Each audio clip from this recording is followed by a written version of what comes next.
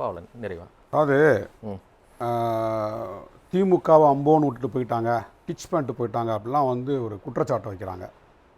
இப்படி குற்றச்சாட்டை வைக்கக்கூடியவங்க தலைவர் கலைஞர் காலத்திலிருந்து விசிகா ஒரு நீண்ட நெடிய ஒரு உறவை வந்து தேர்தல் களத்தில் கொண்டு பல இடங்களில் திமுகவுடைய பாவ மூட்டையை வந்து விசிகா சுமந்திருக்கு. என்ன பாவ மூட்டை சுமந்து? அது 2009 தமிழீழ விடுதலை போராட்டத்தில் வந்து காங்கிரஸோடு சேர்ந்து இருந்திருக்காங்க. எதிர்க்கு தமிழ்நாட்டில் இருக்க அத்தனை கட்சிகளுமே கலைஞர் மேலே பழி போட்டாங்க. தமிழீழ விடுதலை போராட்டத்தில்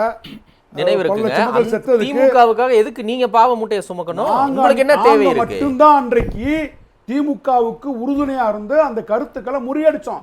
சீமான கூட்டணி கொஞ்சுறீங்களே, சீமான் என்ன பண்ணாரு? கலைஞர் மேல வந்து கொலைப்பழி சுமத்தினவர். அன்னைக்கு நாங்க வந்து கலைஞரை காப்பாற்றணும், திமுகவை காப்பாற்றணும், அந்த நிலைப்பாடு சரின்னு சொன்னோம். நாடாளுமன்றத்தில் எங்க தலைவர் பேசினாரு. திருமண நிகழ்வுல பேசுறது அரசியல் நாகரிகம் தானே. பொது வேட்பாளர் போய் நிறுத்த போறீங்க, அது வந்துருச்சு. உங்களுக்கு காதல். சரிங்க, என்ன இருங்க சரி இருங்க. திருமாவளவன் அவர்களுக்கு அமித்ஷா எதுக்கு போன் பண்றாரு? அஸ்வினி வைஷ்ணவ் எதுக்கு போன் பண்ணி பிறந்தநாள் வாழ்த்து சொல்றாரு? ஒரு நிலைப்பாடு எடுக்கிறாங்க. அப்புறம் எல்லாருக்கும் வாழ்த்து சொல்றாங்க. எல்லா அரசியல் நாகரிகம் எல்லாருக்கும் வாழ்த்து சொல்றாங்க. நீங்க வந்து திமுக திரு சீமான் மாதிரி திமுகவை தமிழ்நாட்டை இந்த சமீப காலத்துல ரொம்ப மட்டம் தட்டி பேசுனது வேற யார் இருக்கா? யார் இருக்கா?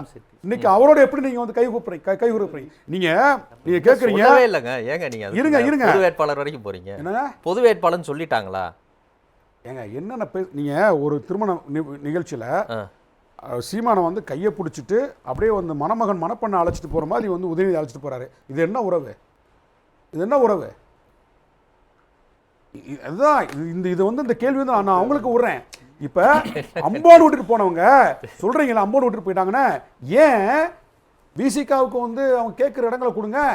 கம்யூனிஸ்ட் கட்சிகளுக்கு கொடுத்த 6 இடங்களை பறிச்சு 5ஆ குறைச்சிங்கல்ல, அதையே நீங்க கண்டிச்சு பேசல. திமுகக்காக பேசுறவங்க அம்போடு விட்டுட்டு போயிட்டு குற்றம் சொல்றவங்க ஏன் விசிகாவுக்காகவும் கம்யூனிஸ்ட் கட்சிகளுக்காகவும் தேர்தலுக்கு முன்பு ஏன் நீங்க பேசல?